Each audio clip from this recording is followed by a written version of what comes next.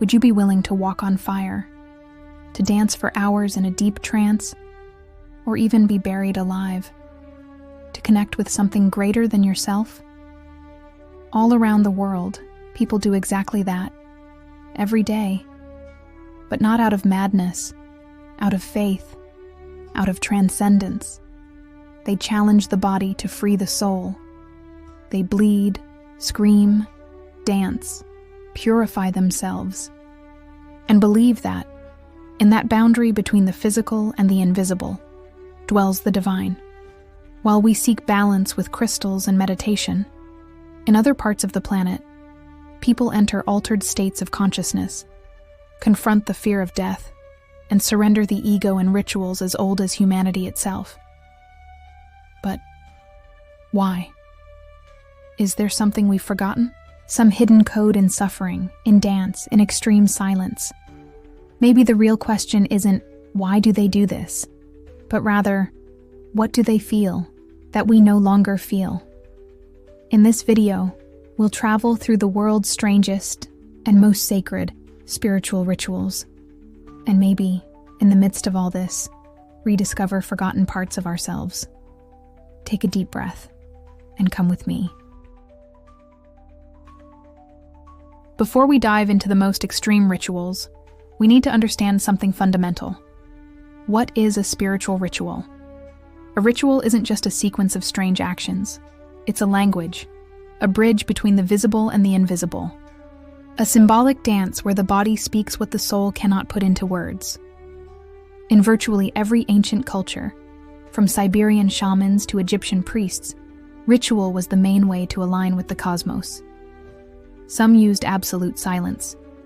Others, the sound of drums until trance. But all had one common purpose: to remind human beings that they are more than flesh and bone. In the modern world, where spirituality is often diluted into catchy phrases and fast consumption, these rituals may seem strange. But maybe that's exactly why we need to revisit them. They're not comfortable, but they are real. They confront the ego and force us to feel.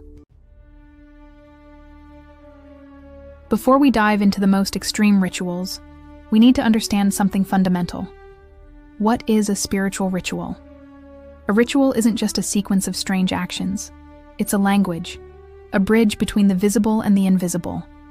A symbolic dance where the body speaks what the soul cannot put into words.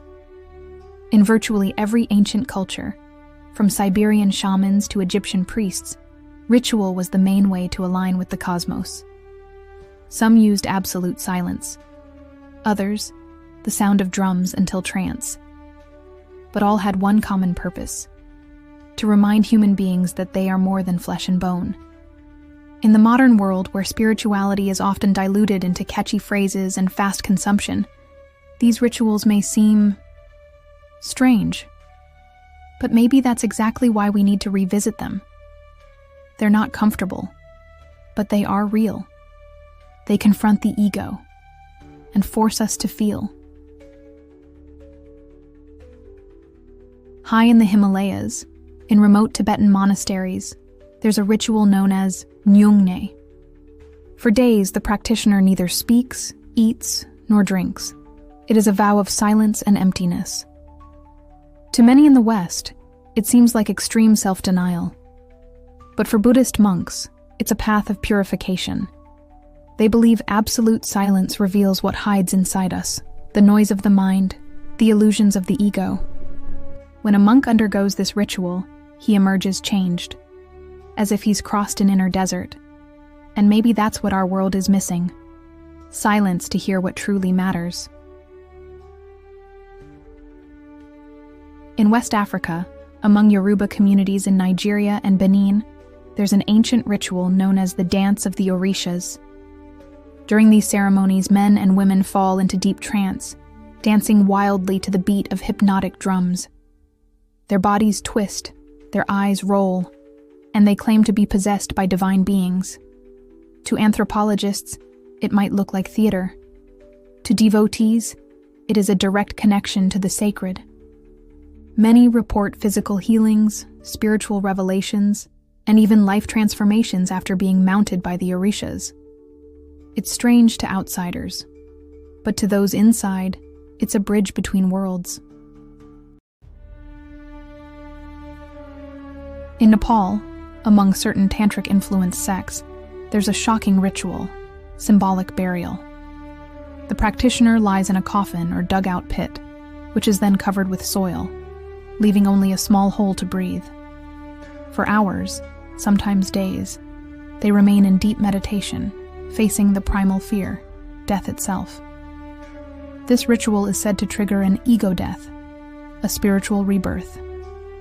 The body calms down, the mind panics, and then it surrenders. When the practitioner emerges, they claim they are no longer the same. It's not about pretending to die, but about embracing death as part of spiritual life. In the icy lands of Siberia, Buryat shamans perform a ritual called oganek, using fire as a tool for spiritual cleansing. They gather in snow-covered forests, light massive bonfires, and perform deep throat chants. Then, they pass smoldering embers over their bodies while invoking ancestral spirits. The heat of the fire, they say, burns away the soul's impurities. The body may feel pain, but the spirit becomes stronger. It's a way of confronting fear, pain, and the physical, to awaken the invisible essence within. Among the indigenous peoples of the Amazon, such as the Huni Quin and Ashaninka, there are fasting rituals that last for weeks. During this time, the initiate isolates themselves in the forest, consuming only medicinal plant teas and chanting mantras learned from elders. Often the fast is combined with ayahuasca, a powerful plant medicine that induces visions and deep personal insights. But the most powerful part isn't the visions. It's the body's discipline, the surrender of comfort, the embrace of the jungle, and the confrontation of inner fears. These rituals show that the body can be a key to accessing other worlds. In Tibetan culture, death is not the end, it's transition. One of the most unique funerary rituals is the sky burial. The deceased's body is respectfully placed atop a mountain to be consumed by vultures. It's not seen as morbid. It's an offering, a final act of generosity to feed other beings and return to the cycle of life. This ritual forces us to face mortality not with fear, but with reverence. A reminder that our bodies are not ours to keep, but to return. At the Vegetarian Festival in Phuket, Thailand, some devotees perform extreme piercings and even body suspensions, hanging from hooks inserted in their skin. They believe the pain opens a sacred doorway. The state of trance they enter is deep, silent, and often ecstatic. Western eyes might see self-harm, but participants report profound healing. For them, it's not about suffering, it's about transformation. It may seem absurd, extreme, even dangerous, but behind each strange ritual lies a quest. For silence, for transcendence, for connection to something greater. Each culture has found its own path to the invisible, and even the most bizarre may carry deep truths. Perhaps what we call strange is simply what we no longer understand. And if you've come this far, maybe part of you also feels curious about the mystery. Which of these rituals impacted you the most? Would you have the courage to experience any of them? Leave your thoughts in the comments. Your insight could inspire others. And if this video made you reflect, share it with someone who's also searching for something more. Don't forget to like, subscribe, and turn on notifications. Because here, on Mystic Whispers, we keep exploring the invisible. Until our next dive into the mystery,